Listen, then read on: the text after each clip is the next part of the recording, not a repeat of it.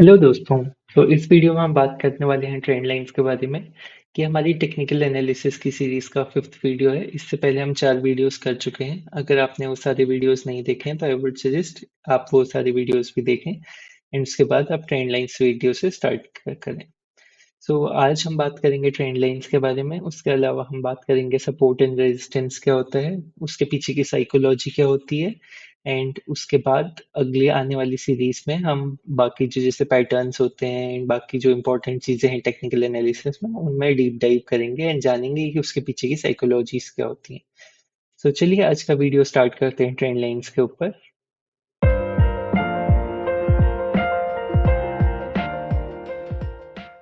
तो चलिए अब सीधे चार्ट्स पे चलते हैं। जैसे कि इससे पिछले वाले वीडियो में हमने डिस्कस किया था कि कैसे हम एक अप ट्रेंड को आइडेंटिफाई कर सकते हैं, एक डाउन ट्रेंड को आइडेंटिफाई कर सकते हैं। जहां पर अगर हमें एक अप ट्रेंड को आइडेंटिफाई करना है तो हम उसके लिए हायर हाइस एंड हायर लोस को एक्चुअली आइडेंटिफाई करते हैं। आज वाले वीडियो में हम जानेंगे कि ट्रेंड लाइन क्या होती है एंड उसे कैसे हम प्लॉट कर सकते हैं।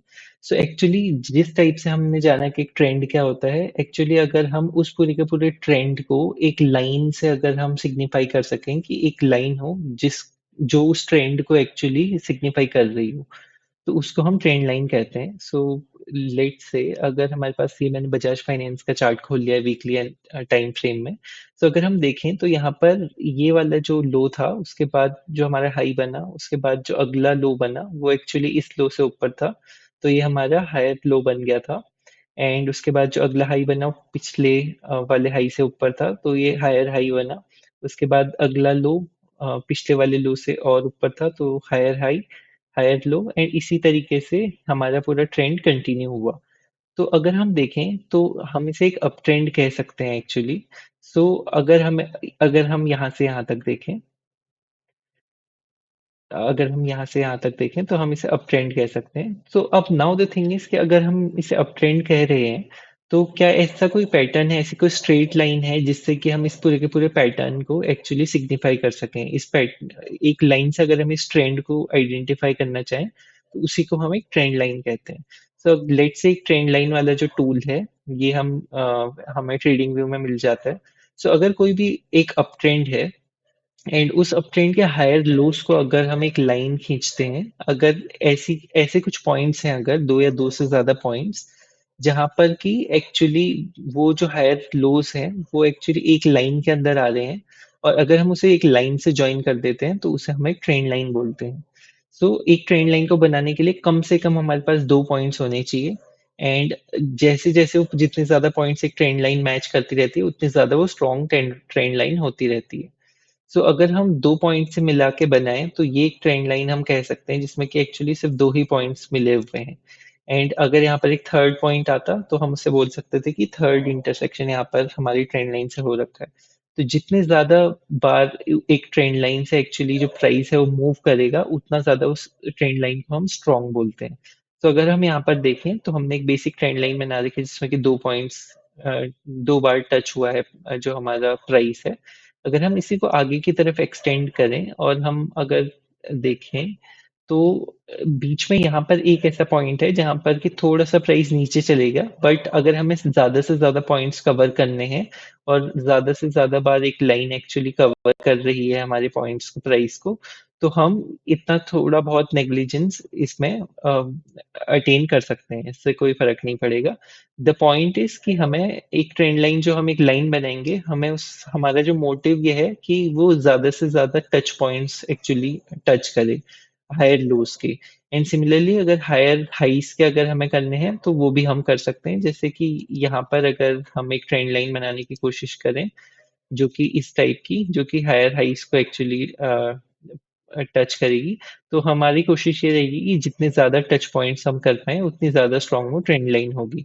तो अगर हम सपोर्ट एंड रेजिस्टेंस जोन की बात करें तो सपोर्ट एंड रेजिस्टेंस कभी भी एक लाइन नहीं होता है। हम सपोर्ट एंड रेजिस्टेंस को हमेशा एक जोन की तरह देखेंगे, क्योंकि एक पर्टिकुलर लाइन मोस्टली केसेस में आप ऐसा देखोगे कि एक लाइन जो है सारे के सारे पॉइंट्स को टच नहीं कर सकती। कभी कभी स्टॉक उस लाइन पे टच करने से पहले ही ऊपर चले जाता है। तो जब भी हम रेजिस्टेंस जोन या सपोर्ट जोन बनाना है तो instead of making a line हम लोग एक रेक्टेंगल या एक जोन बनाएंगे जिसमें कि हम अगर प्राइस आता है तो वी विल बी नोइंग कि एक सपोर्ट जोन पे आ चुका है प्राइस। तो सपोर्ट जोन एक्चुअली होता क्या है, तो अगर इस ट्रेंड लाइन में भी हम देखें तो जब भी ऐसी कोई पॉइंट होता है, ऐसी कोई ट्रेंड लाइन में, वो पॉइंट्स जहां से एक्चुअली स्टॉक जब भी उस प्राइस पे आता है वहां से एक बाउंस बैक करता है और ऊपर की तरफ चले जाता है, अप्रिशिएट होता है प्राइस में, उसको हम सपोर्ट जोन कहते हैं। सपोर्ट जोन इसलिए वर्क करते हैं क्योंकि यहाँ पर एक्चुअली उस जोन में बहुत ज्यादा डिमांड होती है। तो अगर हम यहाँ पर देखें तो इस ये जो लाइन है नीचे वाली, इसको हम सपोर्ट जोन बोलेंगे क्योंकि जब भी प्राइस इस पॉइंट पे पहुंचता है तो प्राइस बाउंस बैक कर जाता है। एंड सिमिलरली रेजिस्टेंस जोन वो होता है जहां से प्राइस अगर वहां तक पहुंचता है तो वहां से फिर एक डाउन टर्न ले लेता है एंड प्राइस फिर नीचे गिरने लगता है। ये इसलिए क्योंकि यहाँ पर जो एक्चुअली सप्लाई होती है वो बहुत ज्यादा होती है, तो सप्लाई की वजह से यहाँ पर से स्टॉक गिरने लगता है। सो इसी तरीके से हम सप्लाई एंड रेजिस्टेंस जोन्स को देखते हैं। आगे इसकी साइकोलॉजी क्या है, किस लिए यूज होता है, वो हम आगे चल के इस वीडियो में बात करेंगे। तो हमने ये वीकली चार्ट एक्चुअली खोल रखा है बजाज फाइनेंस का। सो ट्रेंड लाइन्स हमें एक्चुअली हेल्पफुल क्यों होते हैं? तो ट्रेंड लाइन इस वे में एक्चुअली हेल्पफुल होते हैं, तो अगर आप देखेंगे कि ये जो हमने एक सिंपल ट्रेंड लाइन बना रखी है, इसमें जब भी प्राइस जो है इस पॉइंट पे आता है, इस ट्रेंड लाइन के पॉइंट्स पर टच पॉइंट इस पूरे के पूरे ट्रेंड लाइन को टच करता है, तो वहां से एक हमें अच्छा अप मूव दिखता है ऊपर की तरफ। एंड ये जो ऊपर वाली ट्रेंड लाइन है, यहाँ प्राइस यहाँ तक जाता है एंड यहाँ के बाद रेजिस्टेंस लेके नीचे की तरफ आता है। हम अभी डिस्कस करेंगे कि रेजिस्टेंस क्या होता है, बट एक्चुअली ट्रेंड लाइन ऐसे काम करते हैं। अब ट्रेंड लाइन इतना इंपॉर्टेंट टॉपिक क्यों है? सो फॉर मी अगर मुझसे पूछा जाए तो ट्रेंड लाइंस जो है वो actually one of the most important topic है अगर आपको ट्रेडिंग करनी है और टेक्निकल एनालिसिस सीखना है। So what I do is मैं पोजिशनल एंड स्विंग ट्रेड्स लेता हूँ मोस्टली, एंड मैं पूरा का पूरा रिलाई करता हूँ ट्रेंड लाइंस पर। सो ट्रेंड लाइंस का एक्चुअली यहाँ पर यूज करने का रीजन इसलिए है क्योंकि अगर आप लोअर टाइम फ्रेम्स में जाओगे लाइक 15 मिनट्स, 5 मिनट्स, तो जो ट्रेंड लाइंस हैं वो ज्यादातर एक्चुअली फॉलो नहीं होती हैं। मतलब वहाँ ट्रैप्स एक्चुअली ज्यादा होते हैं कि लेट से आप यहाँ पर एक ट्रेड लोगे और प्राइस उसको तोड़ के नीचे चली जाएगा। सो जैसे जैसे आप अपना time period actually time frame है उसको बढ़ाते रहोगे, जैसे कि डेली टाइम फ्रेम या वीकली टाइम फ्रेम, तो जो चांसेस हैं एक्चुअली जो ट्रैप होने के वो बहुत कम हो जाते हैं। सो इसीलिए मैं एक्चुअली क्योंकि मुझे सूट करता है swing trading and positional trading, so मैं एक्चुअली वही फॉलो करता हूँ। सो उसमें basically one of the easiest way, मैं ज्यादा कोई इंडिकेटर यूज नहीं करता हूँ, मैं सिर्फ प्राइस एक्शन यूज करता हूँ with trend lines and simple 200 day moving average. So इसमें simple I just mark it out कि कहाँ कहाँ पर प्राइस सपोर्ट ले रहा है, एंड जैसे ही सपोर्ट पे प्राइस आता है I take a trade and अच्छा खासा स्टॉप लॉस रख के एंड एक अच्छा टारगेट रख के मैं उस ट्रेड को एग्जीक्यूट करता हूँ। बेसिकली मैं अपनी क्लास ट्रेड जो मैंने ली थी, स्विंग ट्रेड जो मैंने ली थी वो बताऊंगा। So I was following Bajaj finance जो हम स्टॉक देख रहे हैं, तो मैंने ट्रेंड लाइन बनाई थी बेसिकली, और हम देख सकते हैं कि हर बार यहाँ से एक्चुअली सपोर्ट लेता है काफी अच्छा। सो इसके लिए आपको एक चीज हमेशा ध्यान रखनी चाहिए स्विंग एंड उसके लिए स्विंग एंड पोजिशनल ट्रेड के लिए जो कि मैं रखता हूँ ध्यान, वो ये कि मैं एक्चुअली स्विंग ट्रेड्स के लिए फंडामेंटली गुड स्टॉक्स लेता हूँ। जैसे कि बजाज फाइनेंस बहुत अच्छी कंपनी है, मार्केट कैप बहुत ज्यादा है, एंड उस हिसाब से अगर आप देखें तो वेल मैनेज्ड कंपनी है, बजाज ग्रुप है। सो आई नो कि मतलब इसमें एज सच कोई जो मैनेजमेंट का घपला है वो सब तो नहीं होगा, तो फंडामेंटली कंपनी अच्छी है। जो नेगेटिव थिंग्स अभी चल रहे हैं जैसे कि इंटरेस्ट रेट का इशू है, कुछ टाइम पहले बजाज फाइनेंस का एक्चुअली कुछ जो मार्केट शेयर अलग अलग प्रोडक्ट्स में होता था उसको भी आरबीआई ने बैन कर दिया था, उसके बाद अनबैन हुआ वो, बट मतलब बीच बीच में ऐसी चीजें आती रहती हैं। सो अभी वही सारी चीजें कि इंटरेस्ट रेट जब अभी कट होगा तो उस हिसाब से, और ये काफी टाइम से कंसोलिडेट भी कर रहा है, तो जैसे ही इंटरेस्ट रेट कट होंगे तो एक पॉजिटिव मोमेंटम से यहाँ पर एक पॉजिटिव मोमेंटम दिख सकता है, जो कि अगर ये टॉप तक भी जाता है तो हम इजीली अच्छा खासा एक गेन अटेन कर सकते हैं।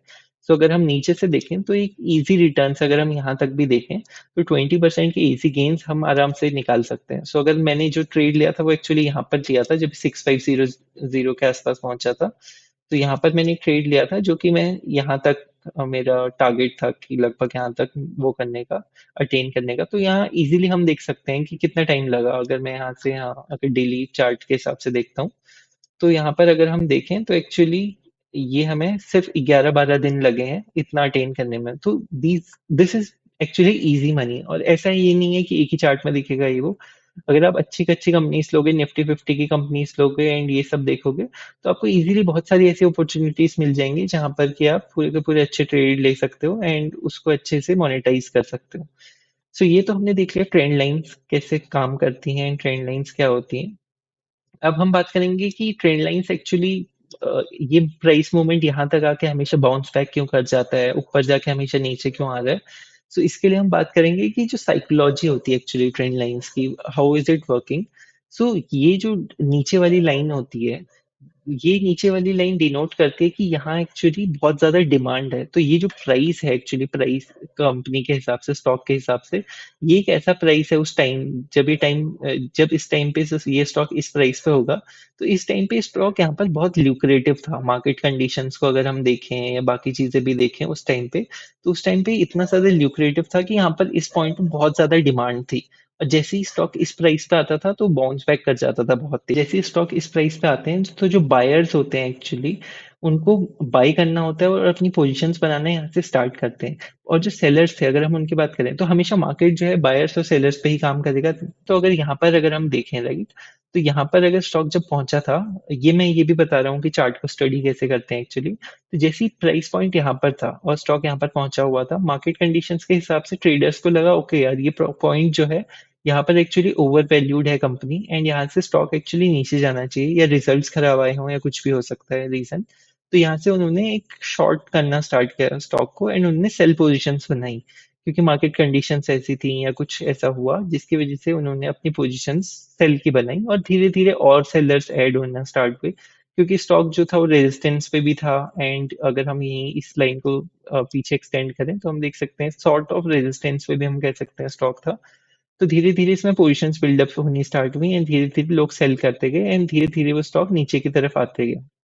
बट जब स्टॉक इस प्राइस पॉइंट पे पहुंचा, तो ये जो लोग यहाँ पर जिन्होंने सेल साइड पे अपनी पोजीशंस बना रखी थी, जिन्होंने सेल किया था, उनको एक्चुअली अब बहुत ज़्यादा प्रॉफिट हो रहा है नीचे तक पहुँचने में। तो अगर हम देखें तो उनको अच्छा खासा प्रॉफिट हो रहा है। तो यहाँ पर वो क्या करते हैं, अपना पूरा का पूरा जितना उन्होंने मतलब सेल किया हुआ था, वो यहाँ पर बाई करते हैं बाई साइड में एंड उसकी वजह से वो यहाँ पर अपना प्रॉफिट बुक करते हैं। तो उसकी वजह से स्टॉक को एक थोड़ा अप मूव मिलना स्टार्ट होता है। एंड अगर हम देखें तो जो इन्वेस्टर्स हैं एक्चुअली, जो प्राइस पॉइंट का वेट करते रहते हैं कि बहुत अच्छा ल्यूक्रेटिव प्राइस मिल जाए, तो वो इन्वेस्टर्स भी एक्चुअली इधर इन्वेस्ट करना स्टार्ट करते हैं।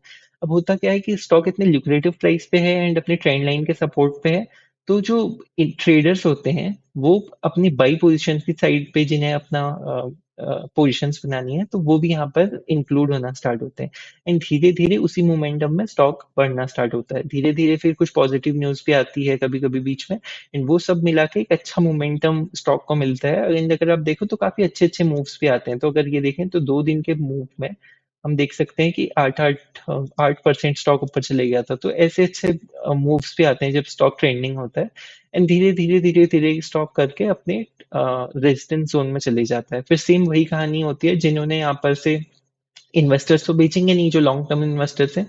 सो जो शॉर्ट टर्म ट्रेडर्स हैं एक्चुअली, जिन्होंने यहाँ पर बाई साइड पे पोजीशंस बनाना स्टार्ट की थी, वो यहाँ पर अपनी सेल पोजीशंस बनाना स्टार्ट करते हैं एंड धीरे धीरे स्टॉक ऐसा भी नहीं कि सेम प्राइस पे वापस आ रहा है, same straight horizontal trend line है।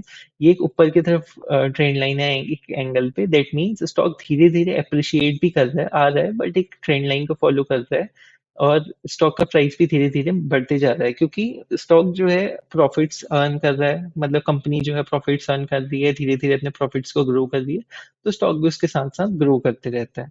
सो ये एक्चुअली ये हम देख सकते हैं कि ट्रेंड लाइन्स कितनी ज़्यादा बेनिफिशियल हमारे लिए होती हैं एंड अगर हम अच्छे से देखेंगे, अच्छे टाइम फ्रेम पे अगर हम स्टिक होके बिल्कुल डिसिप्लिन से अगर हम ट्रेड्स लें, तो it is very easy actually to make money. Just you have to be is like you have to manage your risk and be consistent and always journal your trades so that कि जब आप बाद में trades देखो तो अपनी mistakes आप identify कर सको। सो इसी तरीके से एक्चुअली अगर हम देखें तो हम सारे का सारा जो एनालिसिस है ट्रेंड लाइन से वो इजीली कर सकते हैं। उसके बाद हम अच्छे खासे इसमें एनालाइज करके ट्रेड्स ले सकते हैं। सो इसके अलावा अगर हम बात करें, सो इसके अलावा मैंने एक और मतलब बहुत सारे स्टॉक्स में एक्चुअली ट्रेड्स लिए हैं। तो अगर मैं, ये तो हमने देखा कि ट्रेंड लाइंस कैसे काम कर रही हैं। मैं एक एग्जांपल दिखाता हूँ सपोर्ट एंड रेजिस्टेंस का, जिसमें हम हॉरिजॉन्टल सपोर्ट देखते हैं। तो इसमें अगर हमने जैसे सपोर्ट देखा, तो सपोर्ट पॉइंट्स जो थे, वो सपोर्ट पॉइंट्स एक स्लांट जो वो थी ट्रेंड लाइन, उस पे थे। अगर हम स्ट्रेट हॉरिजॉन्टल सपोर्ट्स देखें, तो Kotak Mahindra bank is a very good example for that. So हम वीकली टाइम फ्रेम पे कोटक महिंद्रा बैंक का चार्ट खोल लेते हैं। सो इसमें अगर आप देखेंगे, तो 5 साल से जो पूरा का पूरा एक स्टॉक है, वो एक रेंज में एक्चुअली बाउंड है।